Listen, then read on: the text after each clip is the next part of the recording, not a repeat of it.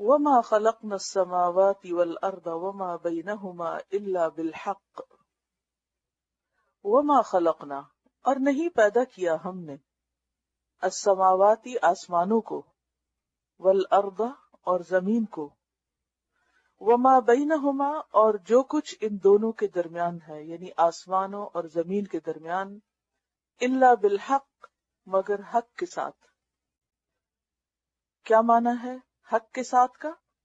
کہ حق کا لفظ جو ہے وہ حقیقت سے ہے، سچائی سے ہے.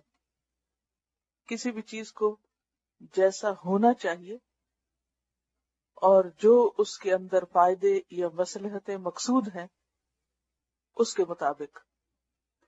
گویا ہم نے آسمانوں اور زمین کو اور جو کچھ ان دونوں کے درمیان ہے ان سب کو اس طرح پیدا کیا جیسے پیدا کرنا چاہیے تھا. یعنی آسمان کو جیسا ہونا چاہیے تھا وہ ویسا ہی ہے، اس سے بہتر نہیں ہو سکتا تھا. اور زمین کو جو کچھ ہونا چاہیے تھا جیسا ہونا چاہیے تھا وہ ویسی ہے، اس سے بہتر کوئی اور نہیں بنا سکتا. اور اسی طرح ان کے بیچ میں جو بھی چیزیں ہیں، خواہ وہ آسمان پہ ستارے اور سیارے ہیں گھومتے پھرتے یا زمین پر گھومنے پھرنے والی مخلوق. کچھ چیزیں آسمان پہ گھومتی ہیں نا، کیا؟ سورج، چاند، ستارے. اور کچھ زمین پہ گھوم پھر رہی ہیں، کیا؟ انسان، جانور، چرند پرند. اگر زمین والے آسمان پہ گھومتے اور آسمان والے زمین پہ گھومتے تو ایسا ممکن تھا؟ نہیں. تو بالحق کا معنی کیا ہے؟ حقیقت کے مطابق، سچائی پر مبنی، یعنی ایز اٹ از، جیسا ہونا چاہیے تھا، جس کو جہاں ہونا چاہیے تھا، جس کو جتنا ہونا چاہیے تھا، جس کو جس کام کے لیے ہونا چاہیے تھا وہ وہی کچھ کر رہا ہے. اور دوسرا معنی کیا؟ کہ ہر چیز اپنا مقصد پورا کر رہی ہے. اللہ نے آسمان کو جس مقصد کے لیے بنایا، آسمان وہ مقصد پورا کر رہا ہے. ستارے، سیارے اپنا اپنا مقصد پورا کر رہے ہیں. زمین پر پائی جانے والی مخلوق، اس میں سے ہر ایک چیز اپنا اپنا کام کر رہی ہے. چھوٹے سے چھوٹی چیز، بڑے سے بڑی چیز. ستارے، سیارے گھوم رہے ہیں، کبھی ایک لمحے کے لیے بھی رکے؟ کبھی انہوں نے اپنی گردش چھوڑی؟ کبھی سورج نے چمکنا چھوڑا؟ کبھی چاند نے اپنے نقشے کو بدلنا چھوڑا کہ آج کتنا چمکنا ہے؟ جو اللہ نے اس کے لیے منازل مقرر کی، قدرناہا منازل، وہ اس کے مطابق ہی چل رہا ہے. اسی طرح چیونٹی کے ذمے جو کام ہے وہ اپنے کام پورے کر رہی، پوری تندہی کے ساتھ، محنت کے ساتھ، ڈٹرمینیشن کے ساتھ. شہد کی مکھی کو جس کام کے لیے بنایا وہی کام کر رہی، وہ مسلسل کر رہی اور پوری محنت سے کر رہی. اسی طرح جو بے جان چیزیں ہیں جیسے لوہا، چاندی، اسی طرح جلانے کے لیے آگ، ہوا، سمندر، درخت، پودے، پھل پھول، ہر ایک اپنے اپنے وجود کا مقصد پورا کر رہا ہے. تو بالحق کا معنی کیا ہے؟ کہ ایک تو یہ کہ جیسا اس کو ہونا چاہیے ویسا ہی ہے، اور نمبر 2، جس مقصد کے لیے پیدا کیا وہ اس کو پورا کر رہا ہے. سورۃ صاد 27 میں آتا ہے وَمَا خَلَقْنَا السَّمَاءَ وَالْأَرْضَ وَمَا بَيْنَهُمَا بَاطِلًا ذَلِكَ ظَنُّ الَّذِينَ كَفَرُوا فَوَيْلٌ لِّلَّذِينَ كَفَرُوا مِنَ النَّارِ. ہم نے آسمان اور زمین اور جو کچھ ان دونوں کے درمیان ہے اس کو باطل نہیں بنایا، بے مقصد نہیں بنایا. یہ تو گمان ہے ان لوگوں کا، خیال ہے ان لوگوں کا جنہوں نے کفر کیا. تو کفر کرنے والوں کے لیے آگ کی ہلاکت ہے، یعنی ان کا ٹھکانہ پھر آگ ہے. ان کی اس غلط سوچ، غلط عمل کا نتیجہ یہ انجام ہے. یعنی اگر کوئی یہ سمجھتا ہے کہ آسمان و زمین بس صرف ایک خوبصورتی کے لیے پیدا کیے گئے، یہ صرف انجوائے کرنے کے لیے ہیں کہ ہم زمین پر پائی جانے والی چیزوں سے صرف عیش و عشرت کے سامان حاصل کرتے رہیں، جیسا کہ بہت سے لوگ زمین کو اسی طرح یا زمین کے اوپر پائی جانے والی جتنی بھی اللہ کی تخلیق ہے اس کو ابیوز کر رہے ہیں. انوائرمنٹ جس طرح سفر کر رہی ہے، یہ کس چیز کا نتیجہ ہے؟ کہ ان چیزوں کو ان کا حق نہیں دیا گیا. جس کام کے لیے وہ بنائی گئی ان کو اس کام سے اٹھا کے کسی اور کام لگا دیا گیا. درخت صرف اس لیے تھوڑی بنائے گئے تھے کہ ہم ان سے ٹیشو پیپر بنا بنا کے ٹوائلٹ میں پھینکتے رہیں. ان کا کچھ اور مقصد بھی تھا. پانی اس لیے نہیں اللہ نے پیدا کیا کہ ہم بس ٹیپ کھول کے کھڑے ہو جائیں یا بڑے بڑے ٹب بھر کے اس میں ہم خود کو ریلیکس کرتے رہیں. یا اسی طرح اور بھی چیزیں، کتنی بے شمار اللہ کی بنائی ہوئی نعمتیں ہیں جن کو انسان کیا کر رہا ہے؟ مس یوز کر رہا ہے. کیوں مس یوز کر رہا ہے؟ اپنی خواہشات کو پورا کرنے کے لیے، اپنے لیے عیش و عشرت کے سامان تیار کرنے کے لیے. نتیجہ کون بھگت رہا ہے؟ خود انسان.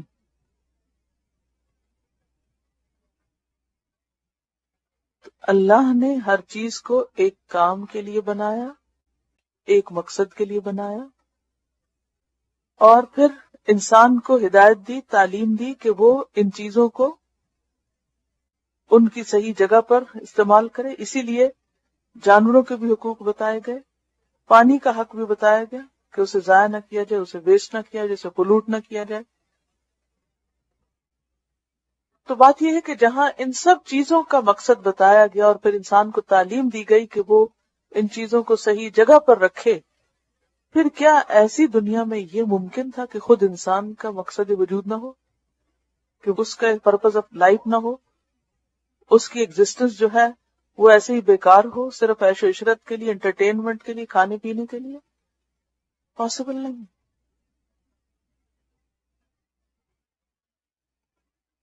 سورۃ الدخان 38-39 میں اللہ تعالیٰ فرماتے ہیں وَمَا خَلَقْنَا السَّمَاوَاتِ وَالْأَرْضَ وَمَا بَيْنَهُمَا لَاعِبِينَ. ہم نے آسمان و زمین اور جو کچھ ان کے بیچ میں ہے ان کو کھیل تماشے کے لیے نہیں بنایا، صرف کھیلنے کے لیے نہیں بنایا، انٹرٹینمنٹ کے لیے نہیں بنایا. مَا خَلَقْنَاهُمَا إِلَّا بِالْحَقِّ. نہیں بنایا ہم نے ان دونوں کو مگر حق کے ساتھ، یعنی پرپز کے ساتھ. اور انسان کو بھی ایک مقصد کے لیے پیدا کیا گیا، ایک مقصد کے ساتھ پیدا کیا گیا. اسی لیے المؤمنون 115 میں اللہ تعالیٰ فرماتے ہیں افحسبتم انما خلقناکم عبثا وانکم الینا لا ترجعون. کیا تم نے یہ سمجھ رکھا ہے کہ ہم نے تم کو بیکار پیدا کر دیا، بے مقصد بنایا، اور یہ کہ تم ہماری طرف واپس لوٹائے نہیں جاؤ گے، تم دنیا میں ہی رہو گے، یہ عیش و عشرت کے سامان ہمیشہ اسی طرح چلتے رہیں گے، یوں ہی زمین پر تمہاری مرضی چلتی رہے گی، اور تم اپنی اس آزادی کو اسی طرح غلط طریقے پر استعمال کرتے رہو گے. تمہارا یہ خیال غلط ہے. سورۃ القیامہ آیت 36 میں اللہ تعالیٰ فرماتے ہیں اَيَحْسَبُ الْإِنسَانُ أَن يُتْرَكَ سُدًى. کیا انسان سمجھتا ہے کہ یوں ہی بیکار چھوڑ دیا جائے گا، اس سے پوچھا نہ جائے گا، اس کا حساب نہ لیا جائے گا؟ تو بات یہ ہے کہ اللہ سبحانہ و تعالیٰ نے جو کچھ بھی بنایا حق کے ساتھ بنایا، اور انسان کی خدمت میں اس کو لگایا، اور انسان کو اپنی عبادت کے لیے پیدا کیا. دنیا میں انسان کو جو نعمتیں دی ان کے لیے ایک یوم الحساب رکھا کہ جس میں واپس جا کر انسان کو ان سب چیزوں کا حساب دینا ہوگا. لَتُسْأَلُنَّ يَوْمَئِذٍ عَنِ النَّعِيمِ. اس دن تم سے ضرور پوچھا جائے گا نعمتوں کے بارے میں، سوال کیا جائے گا کہ تم نے نعمتوں کے ساتھ کیا کیا. اسی لیے آگے فرمایا وَإِنَّ السَّاعَةَ لَآتِيَةٌ. اور بے شک قیامت کی گھڑی البتہ آنے والی ہے. آسمان و زمین کی تخلیق کے مقصد کے فوراً بعد قیامت کا ذکر کیوں کیا گیا؟ اور یقینی طور پہ یعنی اس کا آنا یقینی بتایا گیا کہ ہر وہ چیز جس کا آغاز ہوتا ہے اس کی ایک انتہا بھی ہوتی ہے. ہر چیز جس کے پیدا کرنے کا ایک مقصد ہوتا ہے، پھر اس کے بعد اس کا ایویلیویشن بھی ہوتا ہے کہ کیا اس نے وہ مقصد پورا کیا یا نہیں. دنیا میں آپ دیکھیے کہ انسان بھی جو جو چیزیں بناتے ہیں، بس ایک چھوٹی سی کوئی چیز بنائی جاتی ہے، ایک چھری بھی بنائی جاتی ہے، تو کیا اس کو ٹیسٹ نہیں کیا جاتا؟ کچھ روز پہلے آئیکیا جانے کا اتفاق ہوا تو میں نے دیکھا کہ ایک کرسی رکھی ہوئی تھی اور اس کے اوپر ایک بہت بڑی مشین پریشر ڈال رہی تھی. تو میں نے کہا کہ یہ کیا ہو رہا ہے، یہ ایسا کیوں ہو رہا ہے؟ تو کہا کہ یہ مٹیریل ٹیسٹ ہو رہا ہے کہ اتنے 100 یا 1000 بار اس کے اوپر اگر کوئی اتنے خاص مقدار کا پریشر ڈالے تو بھی یہ جو نیچے گدا ہے یا جو اس کا میٹرس ہے وہ خراب نہیں ہوگا. اب آپ دیکھیں کہ وہ اچھا خاصا وزنی قسم کا وہ پارٹ تھا جو اس کے اوپر بار بار پریشر سے رکھا جا رہا تھا. تو میں یہ سوچنے لگی کہ اگر دنیا میں انسان ایک چیز بنا کر اس کو ٹیسٹ کرتا ہے کہ اس کی ورتھ کیا ہے، تو خالق رب جس نے انسان کو بنایا، کیا وہ ٹیسٹ نہ کرے گا؟ کیا وہ نہیں دیکھے گا کہ اس انسان کی ورتھ کیا ہے، یہ کس قابل ہے، اس کے اندر کیا ہے، یہ کیا کرتا ہے؟ اور پھر جو پروڈکٹ ٹیسٹ میں جس درجے میں پاس ہوتی ہے اس کی ویلیو اتنی زیادہ ہوتی، اس کی قیمت اتنی بڑھ جاتی، اس کی پرائس اتنی زیادہ ہو جاتی. ایک گھٹیا قسم کی پروڈکٹ سستی بھی لے لیں گے آپ، کہیں سے بھی لے لیں گے، لیکن ایک کوالٹی کی چیز جو ٹیسٹڈ ہو، ٹرائیڈ اینڈ ٹیسٹڈ ہو، اس کی قیمت آپ زیادہ پے کرتے ہیں، اس کی ویلیو زیادہ ہوتی. اسی طرح اللہ نے انسان کو بنایا، ٹیسٹ کرنے کے لیے دنیا میں بھیجا، نعمتیں دی، اور پھر اللہ تعالیٰ ہم میں سے ہر ایک کو دیکھ رہا ہے کہ ہم کیا کرتے ہیں، اور وہ مختلف طرح کے ٹیسٹ سے ہم کو گزارتا ہے. وہ جو مصائب خمسہ سورۃ البقرہ میں آپ نے پڑھے، وَلَنَبْلُوَنَّكُمْ بِشَيْءٍ مِّنَ الْخَوْفِ وَالْجُوعِ وَنَقْصٍ مِّنَ الْأَمْوَالِ وَالْأَنفُسِ وَالثَّمَرَاتِ، ان 5 چیزوں میں ضرور ٹیسٹ ہوگا. یہ چیزیں دی بھی جائیں گی، لی بھی جائیں گی، پھر دیکھا جائے گا تم کرتے کیا ہو. تو جو شخص ان امتحانوں میں کامیاب ہو جاتا ہے پھر اس کی قیمت بڑھ جاتی. پھر ایک دن آتا ہے جب انسان کا حساب ہوتا ہے، اور جو ٹیسٹ پاس کرتا ہے اس کو اعلی مقام ملتا ہے، اعلی درجات حاصل ہوتے ہیں. تو یہاں بھی کیا فرمایا، وَإِنَّ السَّاعَةَ لَآتِيَةٌ، قیامت کا دن آنے والا ہے. فَاصْفَحِ الصَّفْحَ الْجَمِيلَ، پس درگزر کرو، درگزر کرنا خوبصورت. جو لوگ آپ کو ستا رہے ہیں، جو لوگ آپ کو پریشان کر رہے ہیں، ان کے ساتھ درگزر کا معاملہ کرو، ان کو اگنور کر دو، اور خوبصورتی کے ساتھ، کیونکہ بعض اوقات ہم اگنور کرتے ہیں تو پھر وہ اگنور کرنا بھی بہت بدصورت ہوتا ہے. لیکن یہاں کیا ہے، الصفح الجمیل، کہ ان کی غلطیاں، ان کی حماقتیں، ان کی زیادتیاں، ان کے ظلم، ان سب کو خوبصورتی کے ساتھ برداشت کر جاؤ، خصوصاً جو دین کے راستے میں ٹیسٹ آئے. سورت مکی ہے اور مکہ والوں کو خبردار کیا جا رہا ہے کہ دیکھو جو کچھ تم پیغمبر کے ساتھ کر رہے ہو اس کا انجام تمہیں دیکھنا ہوگا، قیامت آنے والی ہے. اور پیغمبر کو کہا جا رہا ہے کہ آپ ان کی حرکتوں پر صبر کریں اور ان کے ساتھ آخر دم تک اچھا معاملہ رکھیں. اور الصفح الجمیل ایسا صفح ہوتا ہے یا ایسا درگزر ہوتا ہے کہ جس میں غم اور تردد یا شکوہ شکایت نہ ہو، یعنی غم بھی بلا دیں ان کا اور شکوہ بھی نہ کریں. کس کس کے لیے پاسبل ہے اس درجے کا ٹیسٹ میں پاس ہونا؟